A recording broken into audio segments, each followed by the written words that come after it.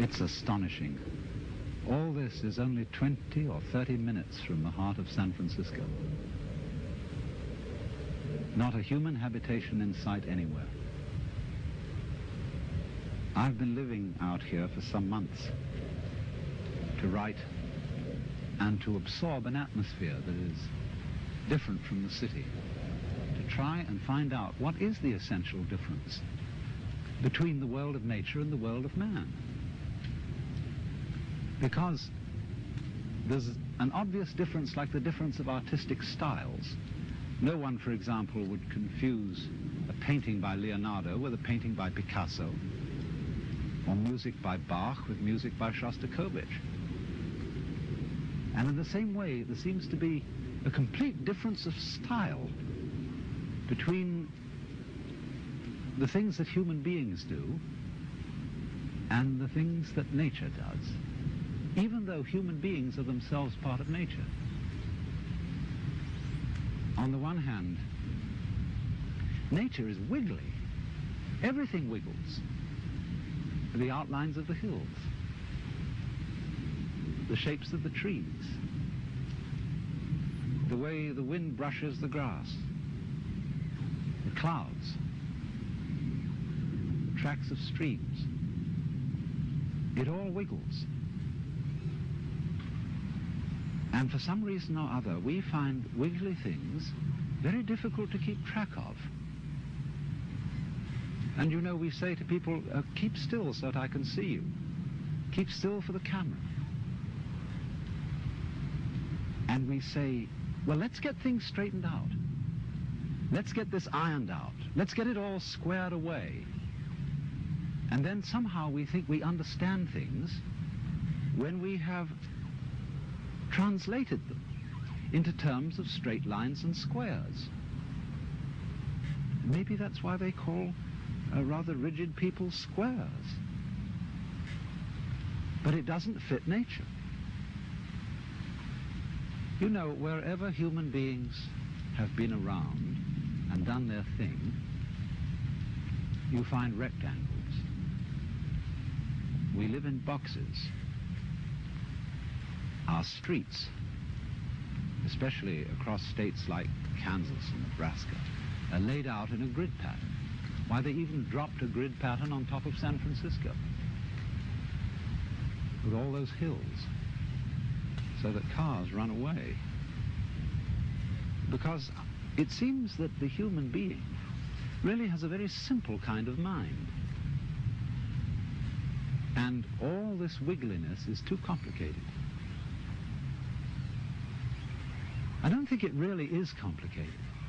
Because after all, it's very simple to move, say to raise something or to open and close your hand. It's perfectly easy because we don't have to think about it. Things become complicated only when we think about them. And that's because we're trying to translate them into a form of life which is very much simpler and cruder than the forms of life we're talking about. A triangle is very much simpler and cruder than a mountain, even though you may represent a mountain with a triangle. Human beings are just as wiggly as nature, and our brains are an incredible mess of wiggles. And that's the part of ourselves that we understand least of all. I'm afraid the problem is partly due to Mr. Euclid, who invented geometry, because he didn't really measure the earth. He measured and gave us ideas about the very simple forms in his own mind. And perhaps we should come to the conclusion that he really had a rather weak intellect. Because sometimes when I'm in the middle of all this, I feel as if I were in the middle of an amazing brain. In other words, the brain is a network of interconnected neurons. And each one of those neurons is a fairly simple affair because it either fires or it doesn't fire. It gives you the message on or off, yes or no. But what we call things, the plants, birds, trees, are far more complicated than a neuron, and there are billions of them. And they are all living together in a network. Just as there is an interdependence of flowers and bees, where there are no flowers, there are no bees, and where there are no bees, there are no flowers. They're really one organism. And so in the same way, everything in nature depends on everything else. So it's interconnected. And so the many, many patterns of interconnections lock it all together into a unity, which is, however, much too complicated for us to think about, except in very, very simple, crude ways. But I am part of all this. I am, as it were, one of the cells in this tremendous brain, which I can't understand, because the part cannot comprehend the whole. And yet at the same time, I don't feel, like so many people seem to feel, that I'm a foreigner or a stranger in this world. Its aesthetic forms somehow appeal to me more than most of the aesthetic forms which men have produced. I feel in it as if, in the same way, when you see a flower in a field, it's really the whole field that is flowering, because the flower couldn't exist in that particular place without the special surroundings of the field that it has. You only find flowers in surroundings which will support them. So in the same way, you only find human beings on a planet of this kind, with an atmosphere of this kind, with temperature of this kind, supplied by a convenient neighboring star. And so, just as the flower is a flowering of the field, I feel myself as a personing, a manning, a peopling of the whole universe. In other words, I seem, like everything else, to be a center, a sort of vortex, at which the whole energy of the universe realizes itself, comes alive. A sort of aperture through which the whole universe is conscious of itself. In other words, I go with it as a center to a circumference.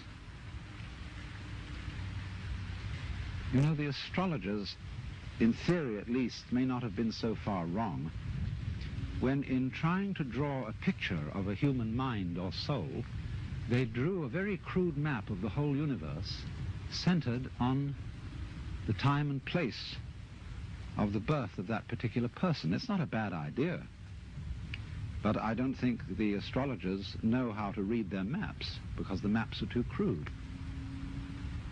But the essential point is obviously that each one of us, not only human beings, but every leaf, every weed, exists in the way it does only because everything else around it does. In other words, there's a relationship between the center and the circumference, which is rather like the relationship between the poles of a magnet. Without the center, no circumference. Without the circumference, no center. And although we say of poles that they're the poles apart, that is to say, extremely different, there's something between them, just as the north and south poles of a magnet are united by the magnet. So the individual and the universe are inseparable. But the curious thing is that while that's rather easy to see in theory, very few people are aware of it in an important, strong way, like one is aware of blue in blue sky or of the heat in fire. It's more of an idea than it is of a realization. And so it strikes me more and more that our failure to feel at home in this astonishing brain in which we live is the result of a basic initial mistake in our thinking about the world, and is in turn the cause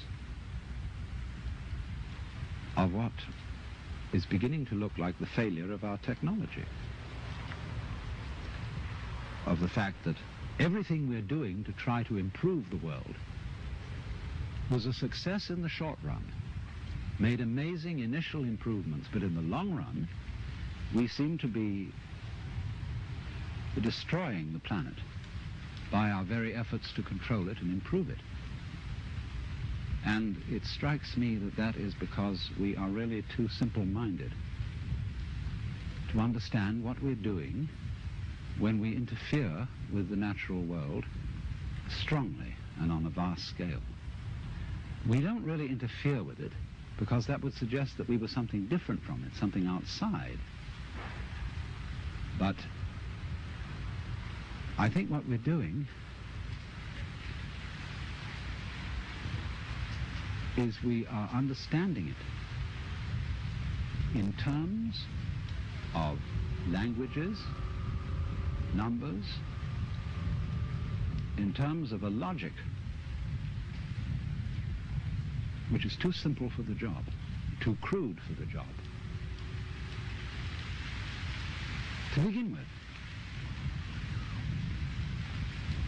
we understand everything in terms of words or numbers, and they're stretched out in rows, in lines. And our eyes have to scan those lines in order to understand them. But when I scan this view, I don't do it line by line by line. I see the whole thing at once. I take it in with, as it were, a wide-angle lens. But when I try to understand the world through literature and through mathematics, I have to scan lines. You know, that's why it takes us so long to get educated in school, because our eyes have to scan and organize miles and miles of print. And that takes us 20 years or more to get through it. But life happens, changes go on too rapidly for that. Because you see, in the world, everything is happening all together everywhere at once.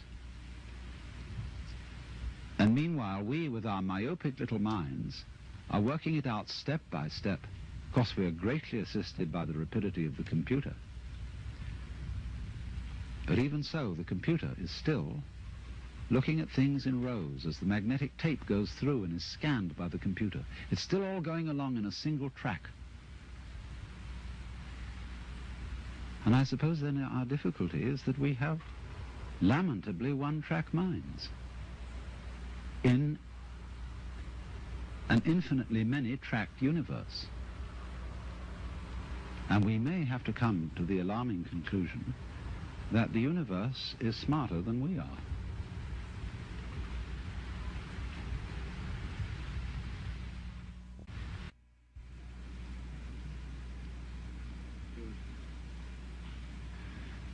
I've just come back from Los Angeles. I was down there to meet with a group of rather important people, people in the movie industry, scientists and so on, who were considering calling a congress of the best minds in the world to meet in Los Angeles in the near future, to be a kind of planetary alarm conference. They wanted scientists and statesmen, religious leaders, and to do something to impress upon the world through all the media that we are in very serious danger of destroying the biosphere, that is to say, the whole envelope of living creatures which covers this planet, through pollution, overpopulation, nuclear fallout, poisoning of our food and very lack of food. And we met to discuss the problem of organizing this conference, and here were all these brilliant people. And it came over us that we really didn't know what we ought to say. I mean, you can scream and create a state of panic, but that won't do any good. And when it came down to it, we didn't know what we ought to say because we really don't know what to do. Some things that we might do, for example, to increase the food supply with high-yield crops, may be ecological mistakes. And so the consensus of almost everybody at the meeting was that in some way or other, the human race has to learn how to leave the world alone and let what is called the natural homeostasis, that is the self-balancing process of nature, take care of the mess. Now, how are we going to do that?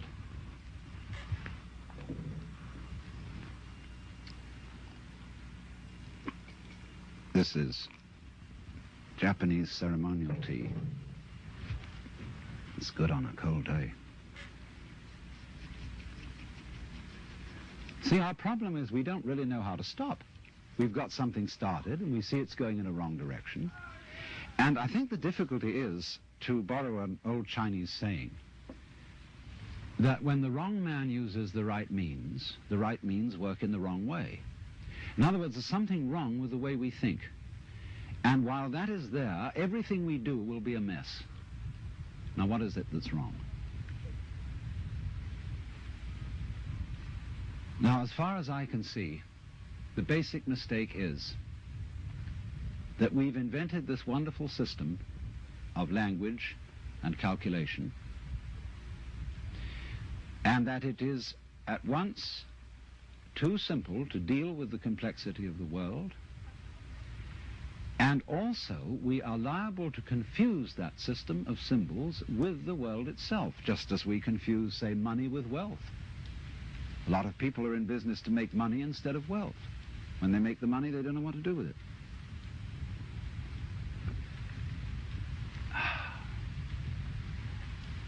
And so in the same way, we confuse happiness with status, and we confuse ourselves as living organisms which are one with this whole universe with something we call our personality.